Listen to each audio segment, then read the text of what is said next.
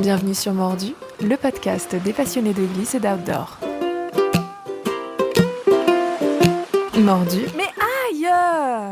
Salut à tous, bienvenue sur Mordu, le podcast des passionnés de glisse et outdoor. Dans cet épisode, nous partons au Portugal à la rencontre de Justine Dupont. À 28 ans, elle est la patronne du surf français, multi-récompensée en surf, longboard et stand-up paddle. Depuis 4 ans, avec son compagnon Fred David, ils passent leurs hivers à Nazaré, sur le spot où déferlent les plus grosses vagues du monde, jusqu'à 30 mètres de haut.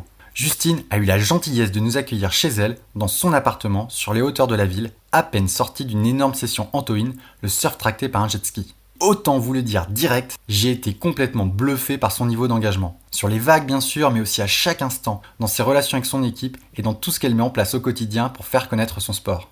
Dans cet épisode, 3 parties principales. D'abord, Nazaré, ces vagues géantes. C'est le spot dont tout le monde parle, ils ne sont pourtant qu'une poignée de surfeurs à pouvoir s'y confronter. Justine nous livre presque tous ses secrets. Ensuite, on revient sur son parcours, fait de haut et de bas, mais surtout de challenges toujours relevés. Dans la dernière partie, Justine réagit sur un certain nombre de sujets, notamment la rivalité entre les US et l'Europe ou la place des femmes dans le surf. Là encore, tout n'est pas simple, mais rien ne lui fait peur. Enfin, petit exclu pour Mordu, Justine nous explique pourquoi elle a décidé de ne pas participer à la course olympique pour les JO 2020. C'est parti pour le deuxième épisode de Mordu. Elle trace sa route, Justine. Salut Justine, bienvenue sur Mordu. Bonjour. Merci d'avoir accepté l'invitation, c'est un plaisir de te rencontrer. Je te propose de rentrer mais direct dans le vif du sujet. C'est quoi ton objectif à Nazaré cette année ? Oula mon objectif, c'est de continuer de prendre des grosses vagues et surtout de faire des lignes dont je suis plus fière. J'aimerais vraiment surfer ces grosses vagues, apporter mon surf sur une grosse descente. Je t'avoue que je pensais que tu allais me répondre. Moi, mon objectif, c'est de claquer le record du monde de grosses vagues à Nazaré. J'aimerais, puisque ça va m'aider, d'avoir un record du monde, c'est sûr. Niveau, je n'aime pas crédibilité en fait, niveau plus partenariat. Je pars du principe, un peu, plus on a de partenaires et de moyens, plus on a de liberté. Et aujourd'hui, c'est ça, c'est ces petits côtés un peu qui nous limitent sur le jet ski. Il y a eu une houle où on a cassé le jet ski, on n'a pas pu aller dans l'eau. Et ça, c'est un côté qui est dur. T'es sur le bord, tu as une boule au ventre et tu peux pas aller dans l'eau. Et ça, c'est dur. Se dire, c'est juste du matériel et du financier finalement qui me permet pas de vivre pleinement ma passion et ma vie finalement, parce que ma vie est dédiée à cette passion, quoi. Donc un record du monde, oui, ça m'aiderait pour tout ça. Après, moi, aller chercher un record du monde, oui, ce serait super, mais c'est pas vraiment ce creux. C'est pas ça qui fait que tu te lèves le matin et que t'es complètement passionné. Non, quand je pars sur une vague, je pense pas à un record du monde, je pense pas à la photo. Bon, il faut que j'aille en bas parce qu'il y a des petites techniques. Il faut aller peut-être plus en bas de la vague pour que sur la photo, la vague paraisse plus grosse. Mais non, moi, quand je pars dans l'eau, j'ai envie de juste la surfer, cette vague-là, surfer une vague encore plus grosse et voir jusqu'où je peux aller, en fait, tout simplement. Et je sais que je peux aller encore plus loin. J'ai une équipe qui est super et on peut surfer des vagues bien plus grosses. Alors une question qui va paraître bête, mais comment ça se mesure la taille d'une vague surfée ? C'est pas évident. Là, on a eu quelques réponses sur le dernier record du monde. C'est la taille du surfeur fléchie. On multiplie cette taille-là. Et après, suivant l'endroit où on est parti dans la vague, on peut mesurer à partir de cet endroit-là. Forcément, si on a pris une grosse vague, mais qu'on l'a pris juste à la fin de la vague, par exemple, c'est pas surfer une vague de 20 mètres. Si on a surfé juste les 5 mètres de la fin et que la vague elle fait 10 mètres, bon, voilà, ça sera pas un record du monde de plus de 20 mètres ou quoi. Mais par contre, voilà, si c'est au début de la vague, au plus haut de sa taille, là, dans ce cas-là, on peut comptabiliser vraiment toute la taille de la vague. Et après, il mesure, donc voilà, par rapport au petit personnage, au surfeur fléchi, bon, la personne fait, moi je fais 1,77 m, un peu fléchi, voilà, peut-être 1,50 m, allez. Il y a 12 Justine Dupont. Voilà, c'est ça, exactement. Donc 12 Justine Dupont au-dessus, là, et 12 petits personnages en bas. Enfin, bon, là, ça fait beaucoup. 12. Ça fait 48 mètres, mais voilà. Pourquoi pas. Pour l'instant, c'est un peu comme ça. C'est pas encore hyper clair. C'est la WSL qui gère tout ça. C'est un peu dur. Après, c'est vrai que toutes les vagues sont différentes. Il n'y a pas pour l'instant de laser, de mètres qui permettent de mesurer. Mais on va venir sur quelque chose de plus...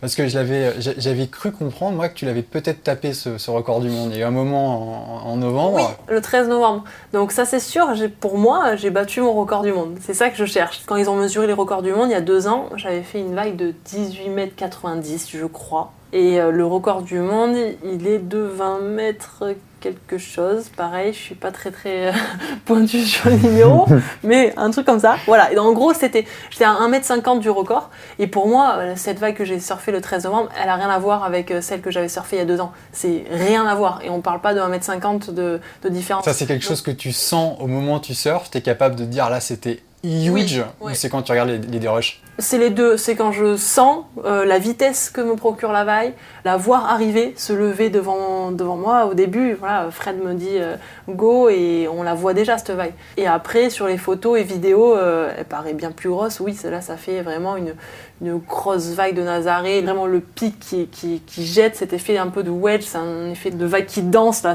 c'est quand vraiment la vague prend le canyon de Nazaré et là, ça répercute et ça fait une vague qui gonfle. Donc je savais que c'était une vague vraiment différente et plus grosse que les autres, la plus grosse de la journée ce jour-là. Et pour l'instant, pour moi, vraiment mon record personnel. Et donc voilà, forcément, pour moi, c'est un record du monde, bien sûr. Donc tu as surfé cette vague il y a quelques mois et donc il y a un process de validation pour éventuellement valider le record. Et là, c'est plutôt en tout début mai qu'il y aura une cérémonie en fait sur de Ward sur tout l'hiver. Ils comptabilisent toutes les photos, les vidéos, toutes les grosses vagues qui ont été prises dans l'hiver. Et là, c'est la plus grosse vague qui gagne l'année, mais qui peut aussi gagner, si elle est plus grosse que le record du monde, le record du monde. Et donc j'y crois et ça va le faire. C'est clair.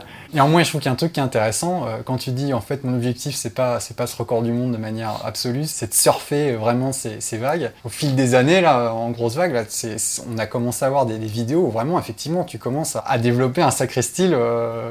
J'essaie, pour moi, c'est un art finalement le surf. Chacun a sa plume un peu et voilà, moi c'est comment j'essaie de dessiner mes lignes sur l'océan. Alors on peut faire bien mieux, ça c'est sûr, mais pour l'instant, moi j'ai envie de progresser à chaque fois, trouver des sensations différentes en fait, des moments où je vais un peu plus vite, des moments où je peux contrôler un peu plus, je peux avoir plus de liberté de champ de vision devant moi, du coup de liberté d'aller à droite, à gauche, et ça c'est hyper intéressant. Vraiment capter cette vague-là, comment maîtriser cette planche dans les axes, la vague qui gonfle, qui danse, qui change totalement de visage en une seconde, comment s'adapter à ça et comment se mettre dans une position où tu peux t'adapter à tout. Donc c'est plus tout ça que je recherche et que j'aime beaucoup.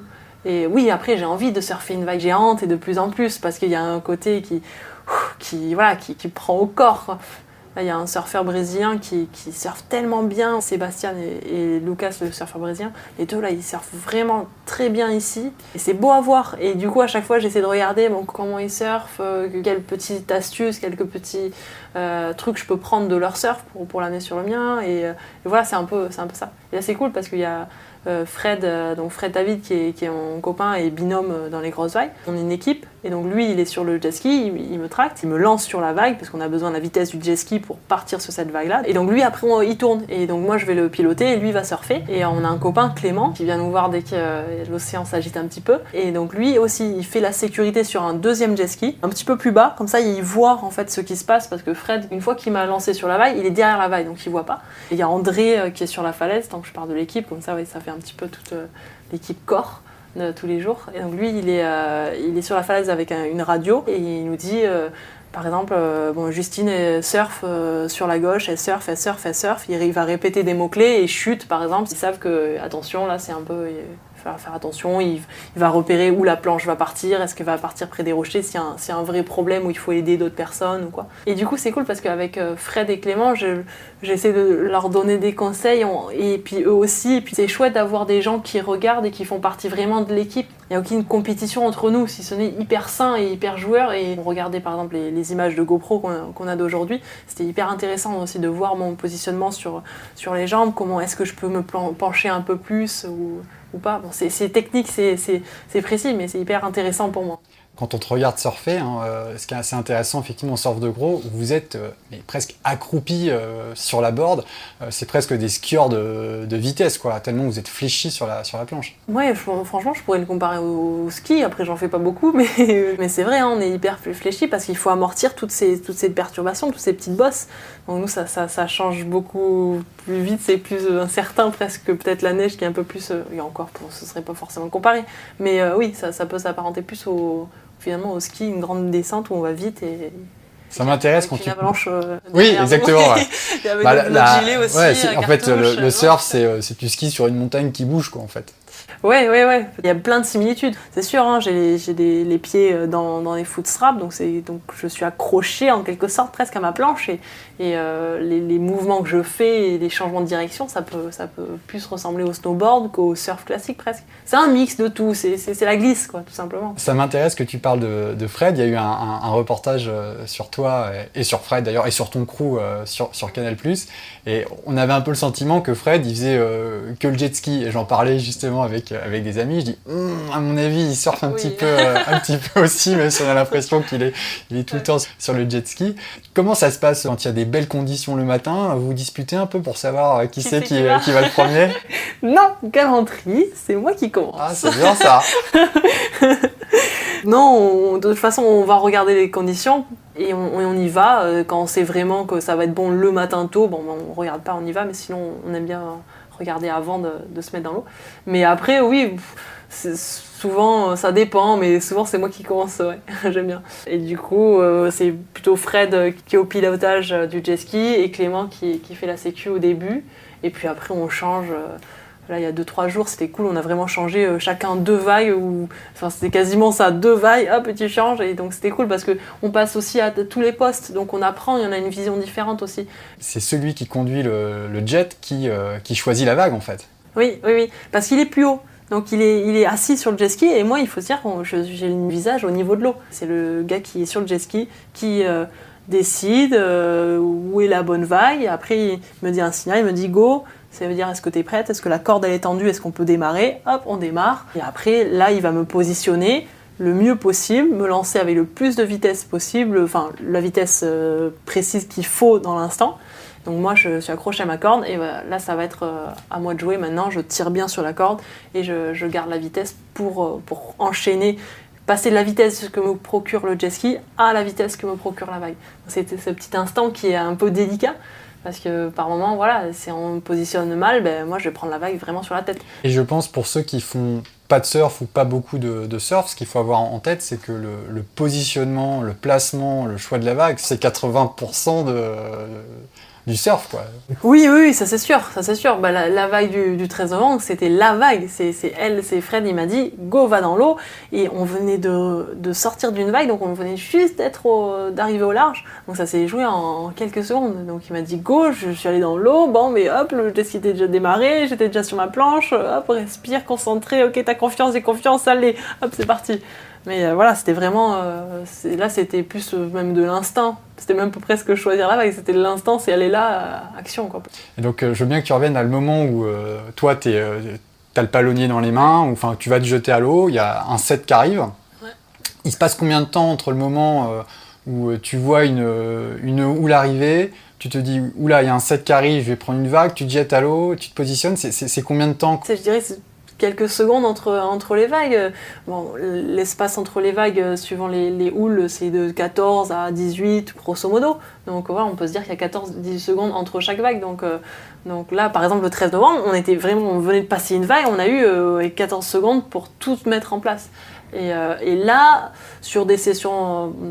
où normalement, en fait, on peut démarrer le jet ski une vague avant, ou 2, ou 3, même, ou même des fois, on démarre le jet ski, il n'y a pas encore vraiment de vague, on va se placer, tout d'un coup, il y en a une qui gonfle, non, c'est pas la bonne, peut-être André peut nous donner l'information aussi à la radio, des fois, ah non, celle de derrière est mieux.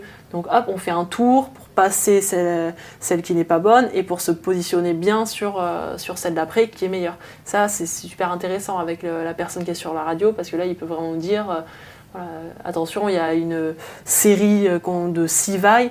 Bon, mais si Fred il entend cette information, il va pas m'envoyer sur la première vague parce que si c'est un problème, eh bien, ça veut dire que j'aurai 5 vagues qui vont me casser dessus.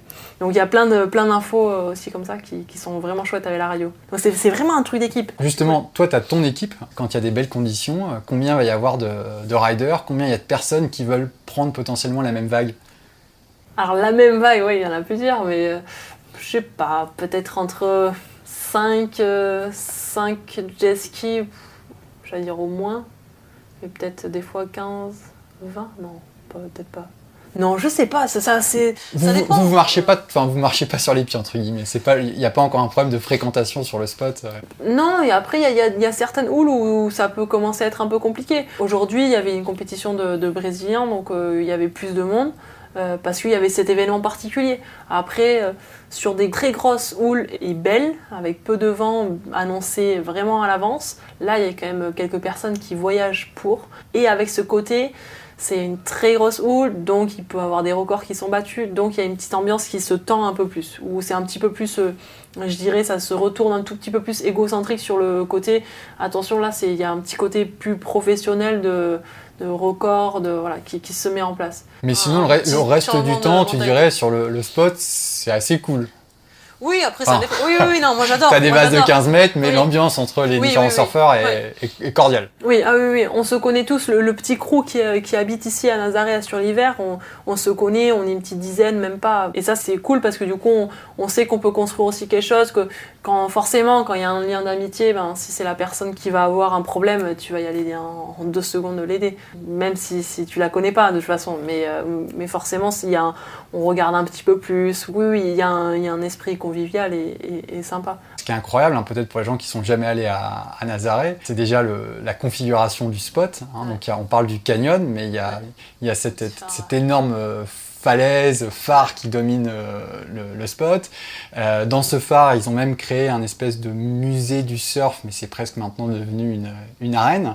Et Nazaré, c'est presque un des endroits les plus incroyable, si c'est pas le plus incroyable, pour venir regarder du surf dans le monde au final. Oui, c'est dingue, c'est sûr, c'est une arène, on peut se mettre partout sur la falaise et on ressent, on est proche de l'océan. Moi, j'en connais pas trop de grosses vagues aussi proches où tu peux vraiment sentir la grosse vague. Il y a des personnes qui sont sur Otaki-Walkie et qui donnent les informations directement à nous qui sommes dans l'eau, donc tu peux juste te balader et être avec quelqu'un qui est en train de donner l'information à la personne qui va surfer la seconde après, donc ça c'est chouette parce que vraiment il y a un lien avec toutes les personnes et on entend en plus cette falaise dans l'eau, elle fait partie du cadre en fait. Tous ces gens même sur la falaise, sur les grosses houles, il commence à avoir beaucoup de monde et on entend ce bruit s'il y a quelque chose, s'il y a une vague un peu exceptionnelle qui vient de passer, on entend un souffle de la masse qui crie ou qui retient son souffle ou quoi, c'est rigolo ça. C'était pas ça avant, il n'y avait pas ça avant. Oui, parce que le surf à Nazaré c'est assez récent finalement, c'est arrivé sur la carte il y a à peine 10 ans je pense.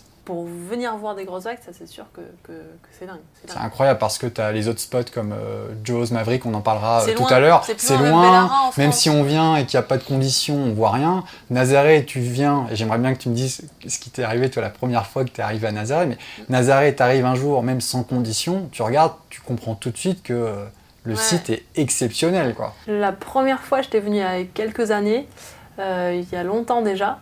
Et là, ils avaient essayé de surfer à la rame. J'étais venue avec un groupe de surfeurs. Moi, j'étais au Taki-Walkie. C'était il y a très longtemps. Je faisais à peine de surf de grosse vague. J'avais une première expérience et voilà, je m'étais dit dans ma tête, tiens, cet endroit, j'avais envie de surfer, mais j'avais pas assez d'expérience, donc c'était pas bon pour moi de surfer à ce moment-là. Mais est-ce que quand tu as vu le site, tu t'es dit... Non, il n'y avait pas de... Enfin, si, mais c'est différent. C'était différent. Je sentais qu'il y avait quelque chose de particulier et de fou, mais... Ouais, ça n'a pas été un coup de foudre immédiat où tu t'es dit, ça t'a pas appelé immédiatement en te disant, tiens, c'est là que je surferai un jour. Enfin, ça compte pas, j'ai pas surfé, je suis une surfeuse. Voilà, c'était différent, je voulais surfer, je pouvais pas, et on me donnait pas l'autorisation d'aller dans... Ça, c'était non, c'était pas une bonne première fois. L'autre fois où je suis revenue, c'était Fred est parti faire du body surf à Nazaré avec un copain à lui, et donc ils sont restés, ils devaient rester une petite semaine, ils sont restés 3 semaines. Il m'a dit, c'est juste dingue cet endroit, il faut que tu reviennes avec moi et tu vas voir, il y a plein de facettes, cet endroit est magique, il y a plein de visages. Et du coup on est venu, et puis voilà, c'est la première fois vraiment où j'ai surfé, et c'était pas très gros, et j'avais un peu une petite appréhension, peur, ce mot, cet endroit, c'est vague, c'est puissant, il y a tout en fait, et puis tu sens vraiment la nature qui domine, elle est là, elle est puissante, et elle te prend l'énergie, elle te donne beaucoup d'énergie aussi, mais c'est hyper intense. En tout cas, moi il y a un côté magique, mystique, tu peux que t'incliner et dire ok, c'est bon, recrache-moi, je veux aller sur la plage, c'est bon. Ta première vraie session à Nazaré, elle était à la rame, pas en jet ski. Non, à la rame, il y a plein de vagues, on surfe énormément à la rame aussi à Nazaré. Après, au spot du phare. Oui, oui, à Nazaré, carrément. Oui, à Praia do Norte, c'est la Praia do Norte, plage, voilà, de le nom Nazaré. technique. Ça m'intéresse aussi. Les bonnes conditions, les bonnes orientations pour la session parfaite à Nazaré. Raconte-nous. Tu le secret. Mais non, c'est pas possible ça. Mais non, et oh, ça fait 4 ans que j'y suis, tous les jours, et même cette année, on comprend toujours pas. Et là d'ailleurs, j'ai même pas révisé, parce qu'aujourd'hui, je veux savoir pourquoi c'était pas une journée magique. Parce que ça devait être une journée magique, il y avait 2 houles, donc il y en a une qui était trop ouest, une qui était trop nord, machin. Donc bon, j'aimerais bien savoir, parce que déjà, même aujourd'hui, je comprends pas. Et cette année, on a eu beaucoup de mal. Tout est différent. C'est du sable en dessous, finalement, sur beaucoup d'endroits, donc ça bouge. Il y a des hivers où c'est une orientation, l'autre hiver, mais finalement, non, c'est presque l'inverse, ça marche pas. Ce que tu dis, c'est qu'il n'y a pas de formule mathématique, quoi. Tu sais jamais... Aujourd'hui, ça devait être la formule mathématique parfaite, en tout cas, je pensais. Mais non, parce qu'il y a la puissance de la houle aussi. Elle a beau arriver, c'est la même direction. Si la puissance, elle est pas bonne, ou si là, le vent, il est un tout petit peu trop fort, donc il était de la bonne direction, le vent aussi. Donc il y avait tout qui était bon, mais peut-être que le vent un peu trop fort, ça fait un petit peu plus danser les vagues, donc du coup aussi la période un tout petit peu plus petite. Enfin, il y a tellement de critères, de paramètres, et finalement, c'est assez capricieux, mais en tout cas, ça marche tout le temps. Voilà, il y a de quoi aller dans l'eau tout le temps. Après, pour avoir le jour parfait, c'est plus difficile. Après, on devient un petit peu exigeant aussi, voilà. Mais du coup, la vague qui va produire, enfin la houle qui peut produire une vague de 30 mètres, quand on regarde sur les outils de prévision des houles, du vent, un swell de 4 mètres, 5 mètres, à Nazaré, ça peut produire une vague de 20-25 mètres. Oui, complètement. 4-5 mètres, c'est déjà des records du monde, enfin des vagues des records du monde, je veux dire, il y a 20 mètres. Mais sinon, je dirais à partir de 3 mètres et 15 secondes de période, déjà ça commence à être sympa. Toi, tu as commencé le surf super tôt, je crois, enfant ou adolescente, plein de titres, en longboard, en shortboard, en plein de choses. Est-ce qu'il y a un moment, tu t'es dit, tiens, je vais devenir surfeuse de gros? Pas trop, non. non. Petite, donc j'ai commencé à 11 ans avec ma famille, et j'ai commencé la compétition à 14-15 ans.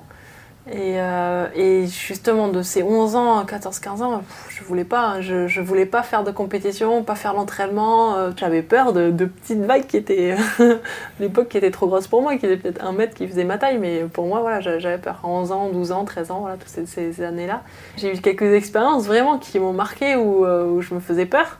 Je voulais essayer de l'affronter, de voir si je pouvais surfer un petit peu plus gros, est-ce que c'était possible. C'était 10 cm par 10 cm, je grossissais ma taille de vague.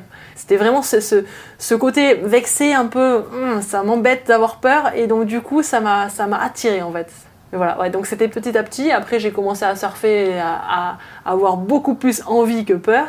C'est ça, hein. Après quand on a l'envie, le moteur il est lancé, et j'ai surfé des vagues plus grosses en France. J'ai commencé à avoir quelques expériences, à aller à Bellara, à aller surfer des plus grosses vagues en Irlande. Et après voilà, Nazaré, ouais. C'est là où j'ai vraiment appris avec Fred. On est venu et on s'est dit, il faut passer du temps ici. Le premier hiver c'était presque pour moi un peu test, mais on aimait ça, on avait envie, allez, hop, on passe du temps ici et on va apprendre l'expérience.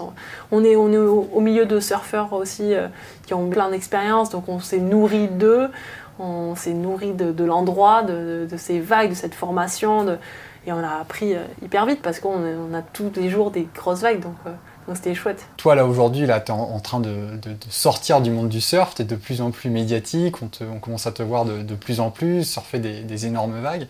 Mais ce que je trouve super intéressant pour ceux qui t'ont suivi depuis quelques années, c'est la progression. Et moi, je me souviens, là, tu dis que ta première session de grosses vagues, c'était à Bellara, et je me souviens, moi, avoir vu des images où on te voyait la première fois, je crois, surfer un gun. C'est vraiment des planches qui sont énormes, et justement, la première fois, je me souviens, on te voyait ramer sur cette planche, et on avait vraiment le sentiment, voilà, tu découvrais le truc, quoi. Enfin, c'est vrai que j'avais jamais surfé des planches aussi grandes. Ouais, c'était tout nouveau. Et puis après, on t'a vu surfer à Bellara, puis après Jaws. Et là, maintenant, là, cette année, toi, sur Nazaré, effectivement, là, t'es en train de développer un surf qui est incroyable. Et je trouve que cette progression que tu t'écris petit à petit, elle est continue. Et je me dis d'en avoir quelques-uns qui commencent à t'avoir dans les rétroviseurs en se disant, dis donc, elle envoie, quoi.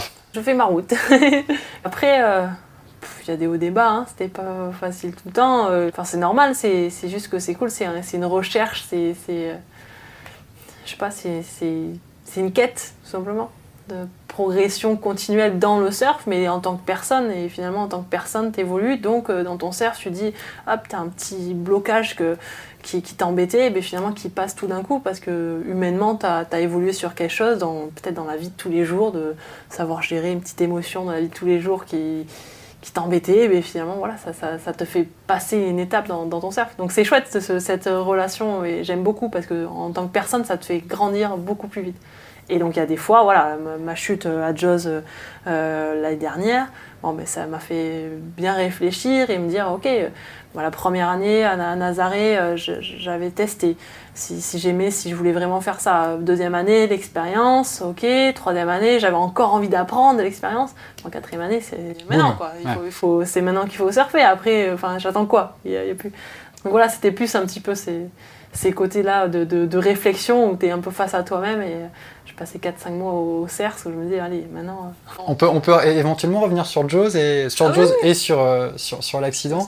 Peut-être tu peux nous raconter ce qui se passe. Déjà, la sensation, la première fois que tu vas à Jaws, à Hawaï, petite européenne, entre guillemets, au milieu de tous les locaux. Comment ça se passe ?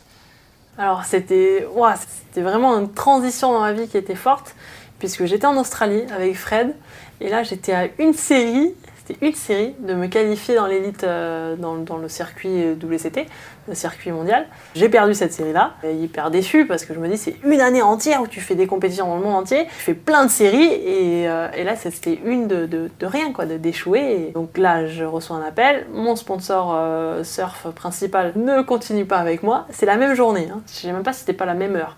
Et au final, il y a la compétition championnat du monde qui est lancée de grosses vagues à Jaws, la première fois pour les femmes dans la semaine après. Et donc c'était dingue, et j'étais invitée. Donc c'était cool et pas cool du tout, et c'était rempli d'émotions hyper bizarres, parce que je venais d'échouer un objectif qui était fort pour moi, mais en même temps j'avais quelque chose qui me portait vraiment au cœur, que j'aimais ces grosses vagues. Et en fait je les repoussais un petit peu, ces grosses vagues, parce que je devais partir sur mes compétitions toute l'année, et on avait un petit moment en novembre-décembre là où on pouvait surfer un peu les grosses houles de l'hiver. Mais voilà, j'avais très peu d'opportunités, parce qu'après on était en continu, en voyage, aller surfer ces compétitions au soleil, donc suivre l'été. Et moi j'avais envie de suivre un peu plus l'hiver et la puissance des houles. Donc voilà, il y avait ce côté, c'est maintenant, et j'avais plus de retenue. J'avais mon partenaire Red Bull qui lui était à fond sur ce projet-là, de partir plus sur les grosses vagues. On est parti avec Fred à Hawaï, et là, je sortais d'une année entière de compétition dans 50 cm à 1 mètre tout pété, donc voilà, 1 mètre de vague. Et là, je me retrouvais avec des vagues, je sais pas quelle taille, mais c'était gros, voilà, 4 mètres, 5 mètres, j'en ai même plus 6, j'en ai aucune idée. Et donc j'ai plutôt opté pour le côté stratégique de compétition que j'avais acquis pendant toute l'année. Donc voilà, j'ai un peu joué, mais je savais que voilà, c'était la première année 6, et au bout de 10 minutes, même pas, on était 6 dans l'eau.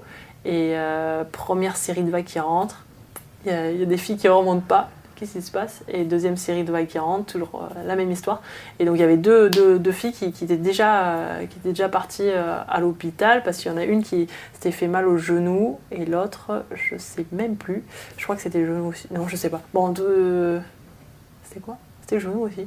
Bon, on était 6 et on s'est retrouvés à 4 au bout de 10 minutes, première compétition, première série. Je me suis dit, je vais opter pour mon côté stratégie compétition, parce que ça reste une compétition, et surfer des grosses vagues et vraiment m'engager, je vais y aller petit à petit, et je vais peut-être pas le faire aujourd'hui. Donc j'étais plus partie sur cet aspect-là, j'ai pris quelques vagues, j'étais contente, j'ai fait deuxième, mais voilà, j'avais vraiment beaucoup de retenue, et donc beaucoup de frustration. T'as pas eu besoin de passer de swell à la rame, comment ça se fait ? Il vous drop au pic, ou alors c'est à toi d'aller passer la barre, la barre entre guillemets, je sais même pas si on dit passer la barre à Jaws. C'est ça. À Jaws, c'est quand même une vague plus normale qui casse relativement au même endroit. Donc il y a un endroit où il peut y avoir des bateaux, il peut y avoir des gens qui restent, et qu'il n'y a pas de vague qui casse, parce que c'était dans le canyon.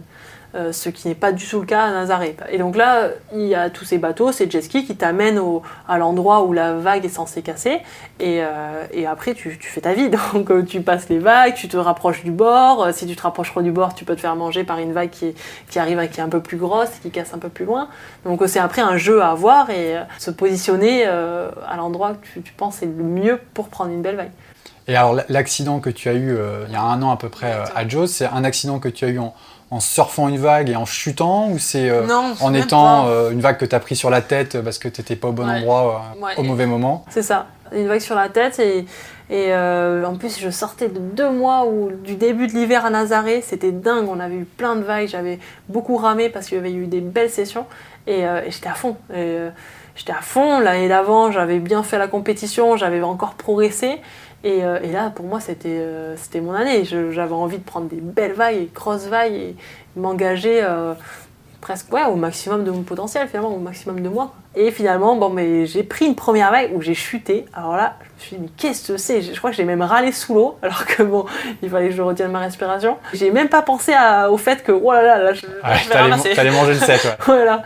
Et bon, finalement, moi, je m'en suis sortie, hop, j'ai cassé mon leash, donc la planche, elle a fini dans les rochers. J'étais déçue, énervée. C'était ma planche que j'ai adorée de Nazaré, que j'avais surfé tout l'hiver. Je me suis dit, je l'amène à Jaws, c'est sûr, elle va être trop bien. Première vague, je chute et finis dans les rochers. J'avais non, c'est pas possible.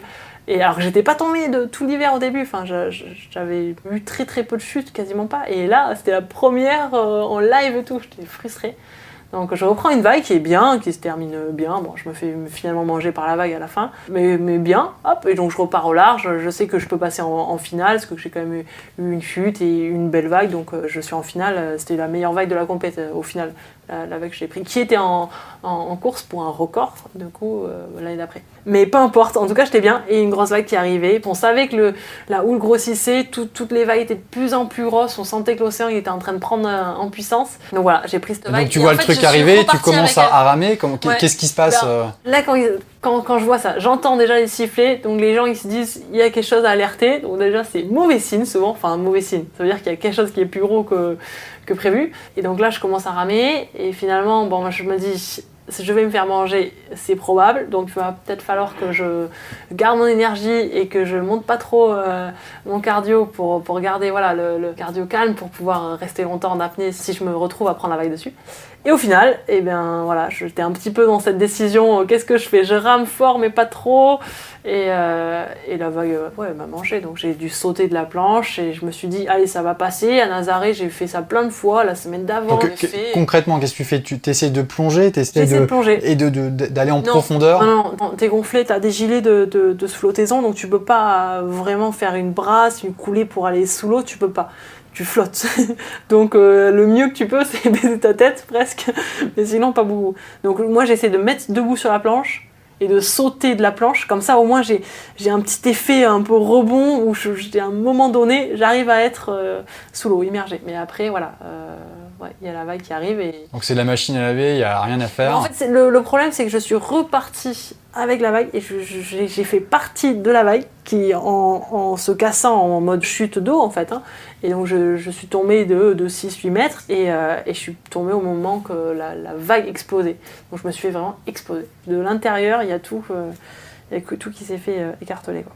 Mais après voilà, l'analyse se fait très rapidement, hein, sous l'eau. Bon, mais est-ce que c'est le dos? Est-ce que je peux bouger? Est-ce que hop, en remontant à la surface, je voyais tout blanc, toutes les étoiles. J'étais là, vas-y, concentre-toi, reste là, quoi. Tu remontes avec la combinaison qui flotte. Ouais, elle s'est gonflée automatiquement tellement c'était... Enfin, ça se fait pas normalement. C'est toi qui dois déclencher une petite poignée qui remplit une poche d'air qui te permet de remonter à la surface. Moi, je me suis fait tellement exploser qu'il y a tout qui a pété. Mon corps, le matériel, tout.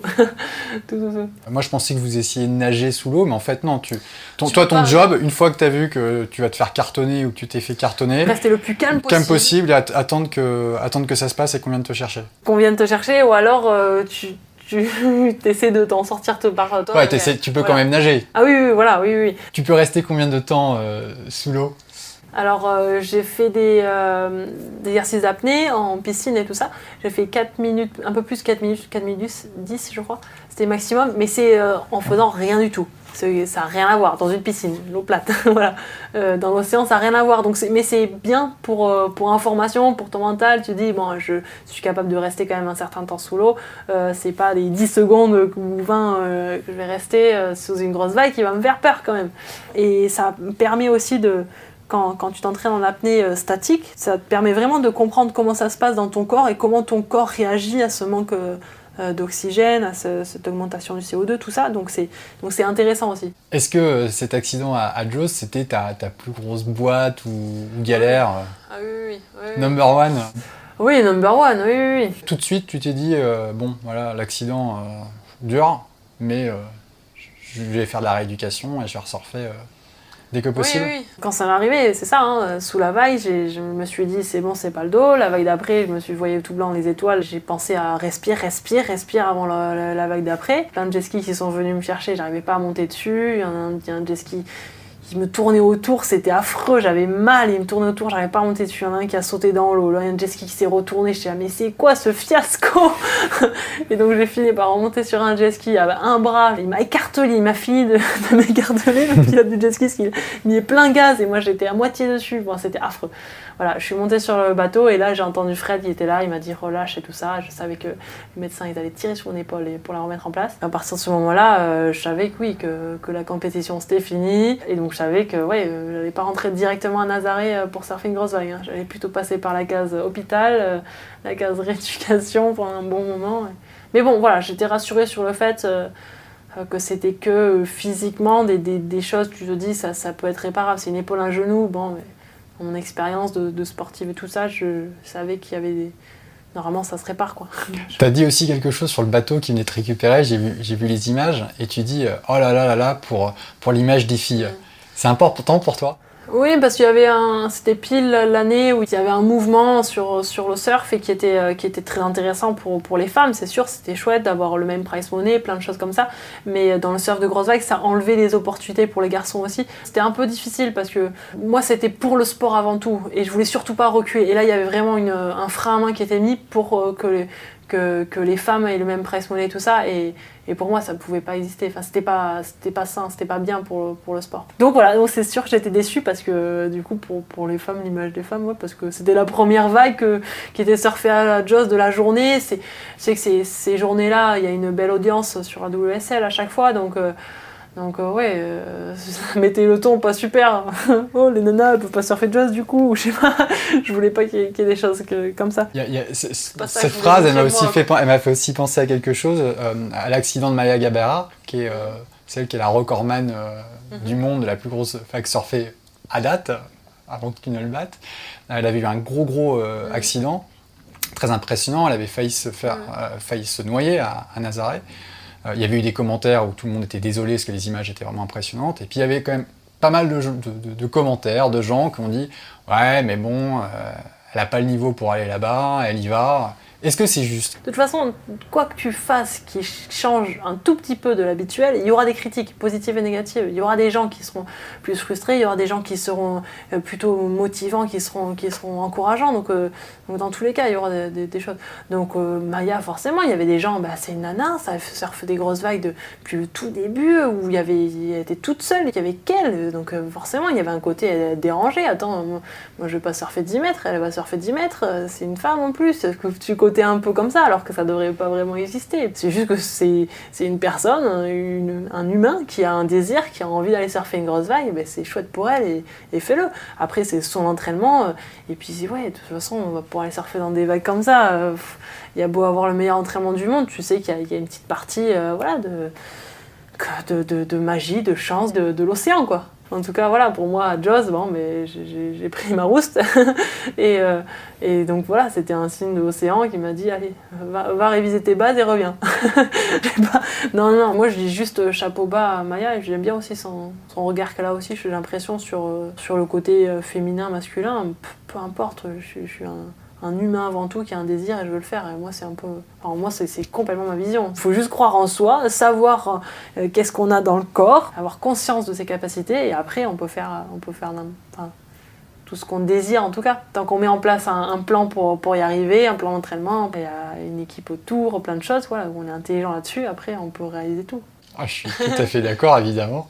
Il y a un deuxième élément sur lequel je voulais te faire agir. Est-ce que tu as l'impression que justement il y a un peu une rivalité européen-américain entre Jaws et Nazaré certains commentaires qui peuvent être faits quand c'est toi par exemple qui gagne, t'as gagné un super award qui est je crois le award de la plus grosse vague jamais surfée, et c'était incroyable, et j'ai eu le sentiment qu'il y avait peut-être un peu côté américain, du scepticisme, où il y a certains surfeurs de gros, de Jaws qui disent ouais mais bon Nazaré, c'est pas des vraies vagues.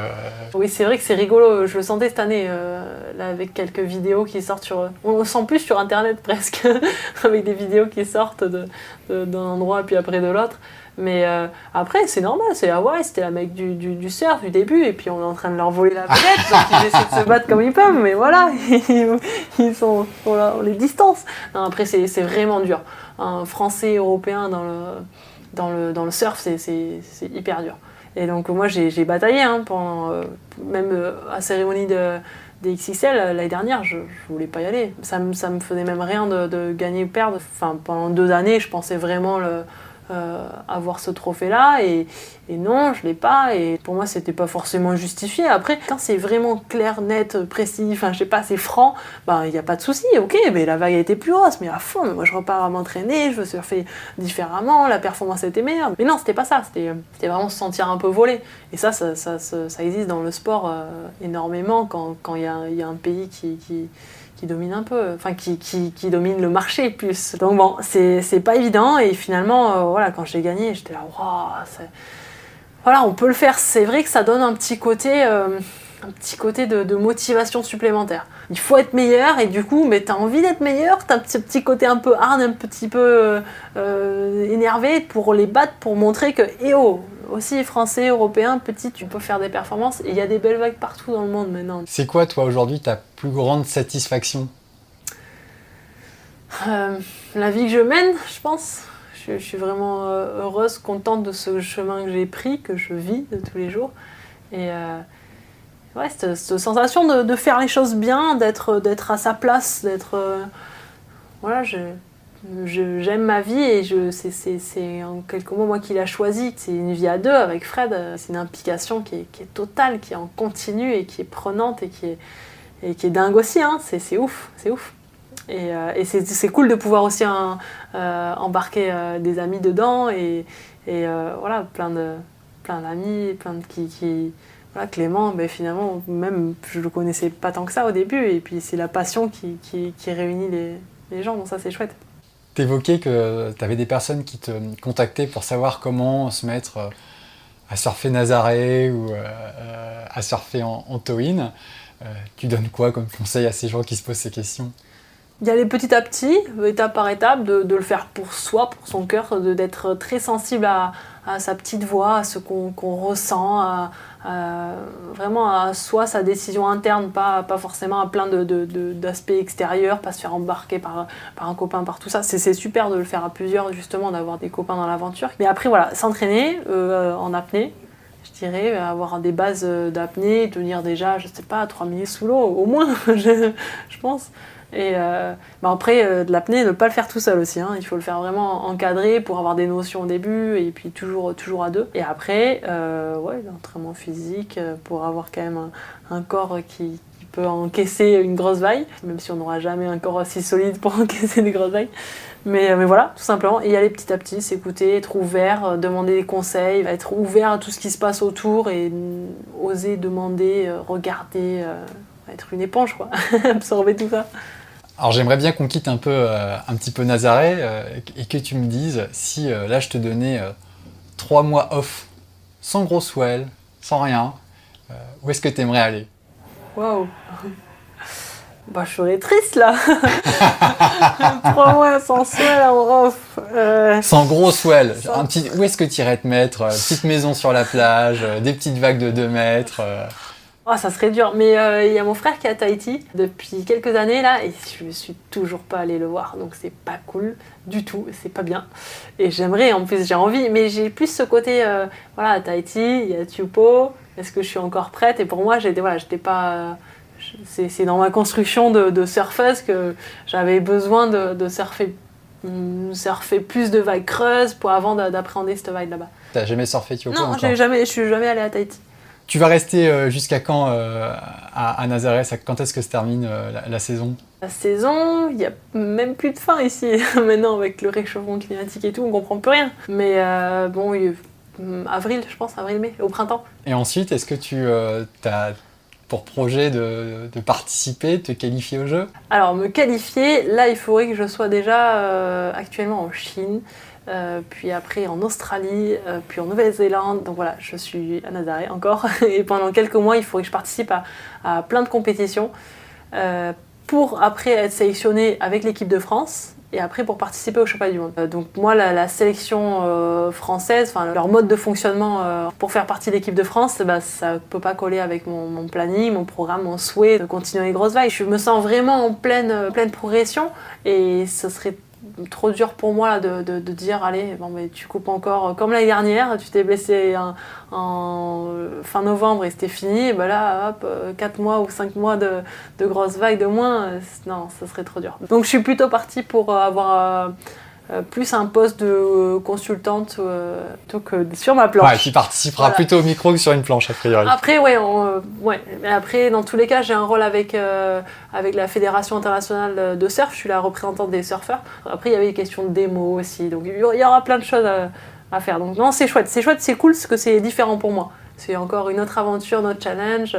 Je commence à faire quelques conférences. Donc, c'est pareil, c'est un peu une dimension qui est hyper différente que le surf pour moi, donc c'est exprimé à l'oral devant du monde, donc là c'est des personnes différentes, donc non ça va être chouette, il y a de quoi bosser pour moi aussi, et apprendre du coup, se mettre face à quelque chose que j'ai pas l'habitude, sortir de sa zone de confort, donc forcément je vais apprendre. Alors, tu m'offres une bonne transition sur ma prochaine question.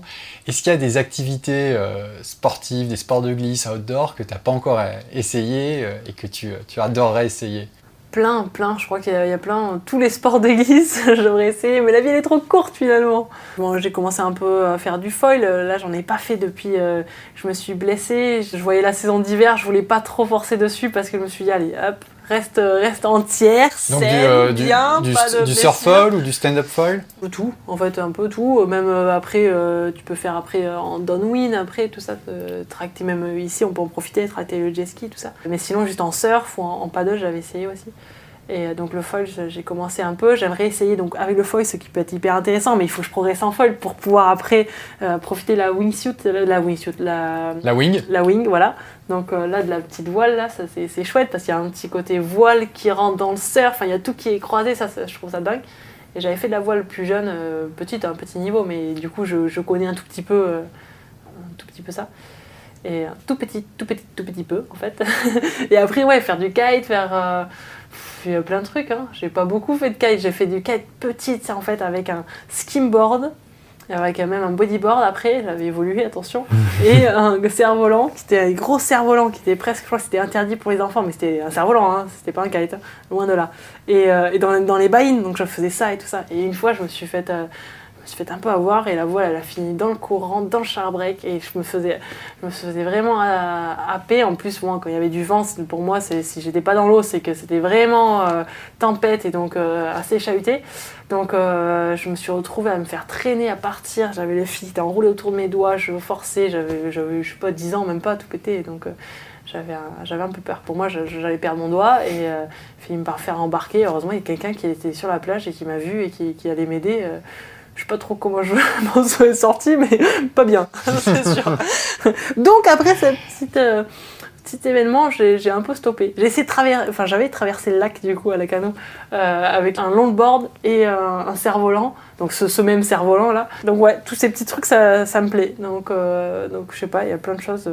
Faire plus de voile. Mon frère il est parti faire le tour du monde en voilier, donc il s'est arrêté à Tahiti. Il traversé des océans comme ça, resté longtemps sur son bateau sans code, sans vision de terre et avoir pas trop être face à soi quoi finalement. La montagne ça me plaît aussi, j'en fais pas beaucoup de snow, j'aime beaucoup, mais pareil c'est le même temps, c'est l'hiver que je suis sur les grosses vagues, donc c'est la même période, donc c'est un peu dur pour moi et voilà, j'évite pour les blessures aussi. Ça me ferait tellement de peine de rater encore un hiver. Je me blesse, je me suis suffisamment blessée là jusqu'à présent là.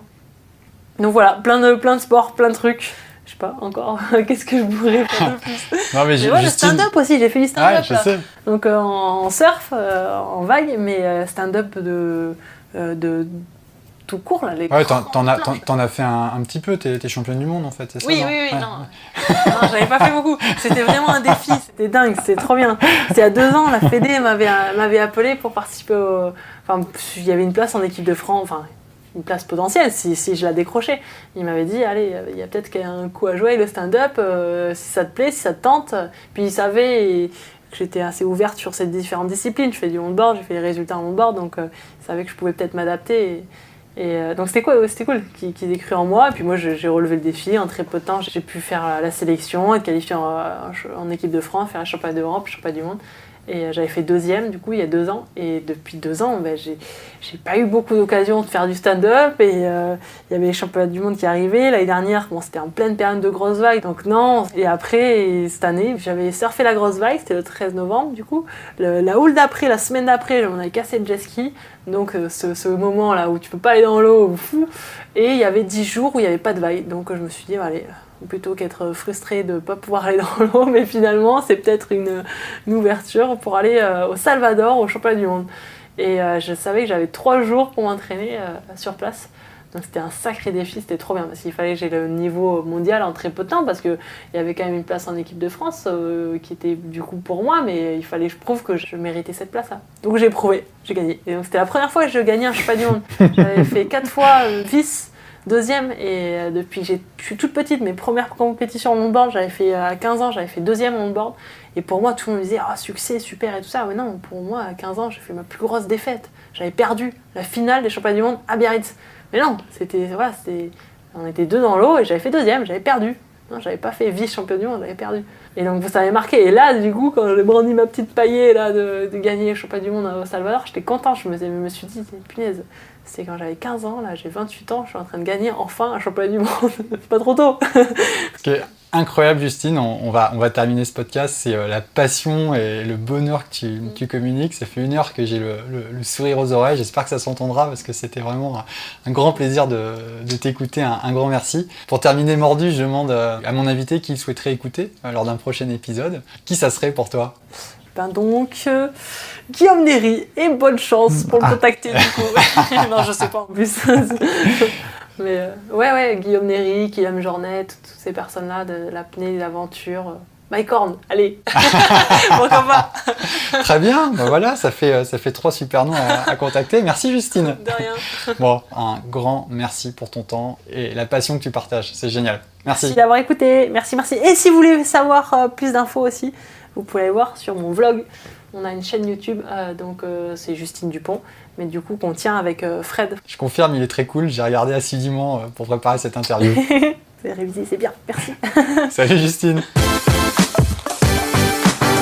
J'espère que vous vous êtes régalé en écoutant Justine. Pour moi, cette rencontre a été un immense coup de cœur et je suis content car vu son talent et vu son énergie, je sais que l'on va entendre très souvent parler de Justine Dupont et de ses exploits. Pour le prochain épisode, on passe du surf en jet ski à la Formule 1 et au kitesurf. C'est quoi le rapport ? Le rapport, c'est Romain Grosjean, qui nous fait l'immense plaisir d'être notre invité pour le 3e épisode de Mordu. Romain nous parlera de sa carrière de pilote de Formule 1, de glisse et de sa passion intense pour le kitesurf. En attendant, j'attends avec impatience vos commentaires sur les comptes Insta et Facebook de Mordu le podcast. Pour que Mordu existe, j'ai besoin de vous. Partagez-le sur les réseaux sociaux et donnez 5 étoiles à Mordu sur Apple Podcast. Je vous dis merci et à très vite sur Mordu.